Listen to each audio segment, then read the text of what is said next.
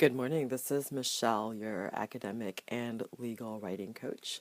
And one of my weekly writing tips in this week, I am going to give you a hand on when to rest. We've done when to write, but also part of that writing process is when to rest.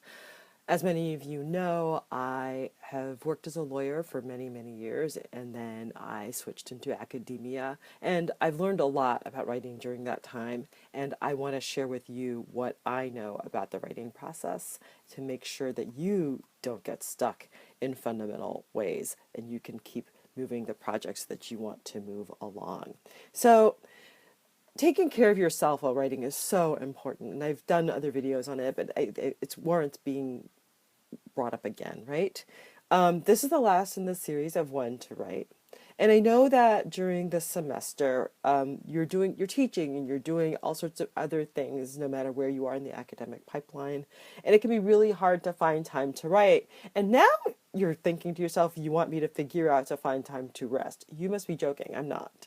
I really do expect you to find time to rest, eat well, and exercise. It's so important because if you don't do this, your writing isn't going to go anywhere.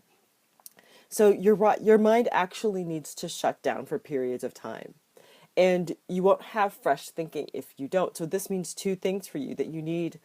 It means more than that, but the top two things I want to emphasize is that you need time to sleep and you need time for time off. You actually need four things: sleep, downtime, good eating, and rest. I mean, I said that. And also just playtime. You need all of that. So let me say a little more about time to sleep. Arianna Huffington just wrote a book about the importance of sleep. I think she called it Sleep. And we still, as a species, don't know all of the reasons why sleep is so important, but it's crucial. We know that your mind functions better if you get enough of it. It is critical to that. At least less than 7 hours of sleep qualifies you for being legally drunk. Let me repeat that. Less than 7 hours of sleep qualifies you for being legally drunk.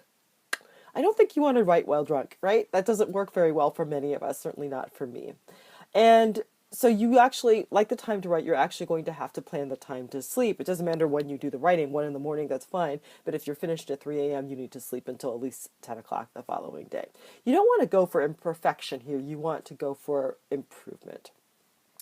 So sleep is very, very important. The other thing that's important is also just plain old time off. You need to take time off of your writing.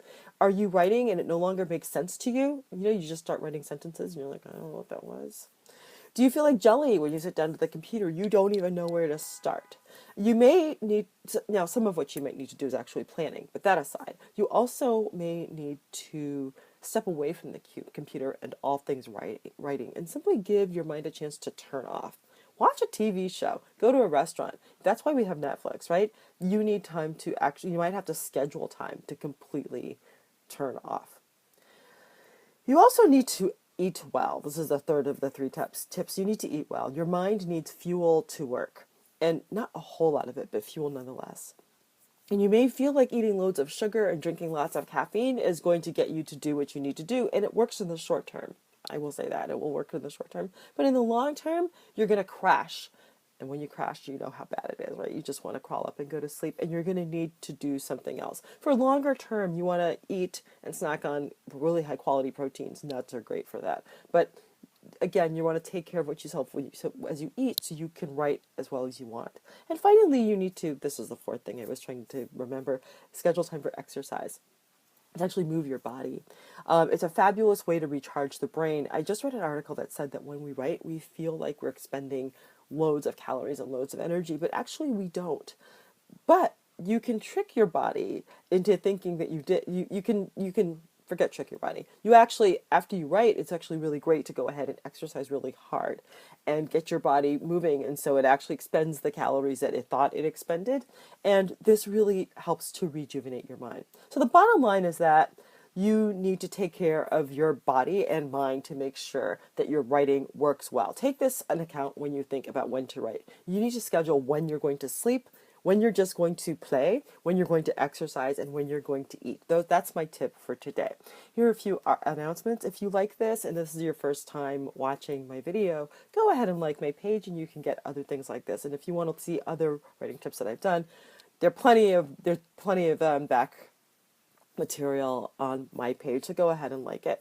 If you want a complimentary planning session to help you figure out how you're going to plan to do your writing and your resting and your eating and your exercise, go ahead, send me a personal message. I'll get back to you as soon as I can, and we'll go ahead and get something started.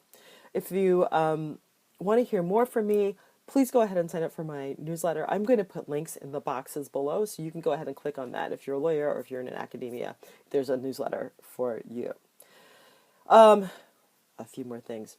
I'm leading a workshop online on raising money for academic conferences. I know that this can be a point of stress and why people actually back out of doing them in spite of the importance they have for our careers. And so I want to spend an hour and a half with you, teaching you a little bit about what I've learned about fundraising in academic conferences. Please join me for that. If you go on the events page, there's a link to where you can register for that, and I'd be pleased to have you. I'm also leading a workshop called Being Productive While Working Solo. So much of this writing and what we do for class, etc., as academics and often as lawyers, as we do all this writing by ourselves, and it can kind of get in the way of our productivity, right? So if you want a hand with that, go ahead and register for Being Productive While Working Solo. And finally, please consider my program, Tribe of Academic Warriors. If you go ahead and click on the Buy Now sign or whatever it is up there, you can learn how to get extra support as you embark on your academic journey, get accountability, built it into a community, planning, and connection. Or if you have questions about it, send me a note if you're interested. I will be swift, be sharp, and so long. Have a great weekend.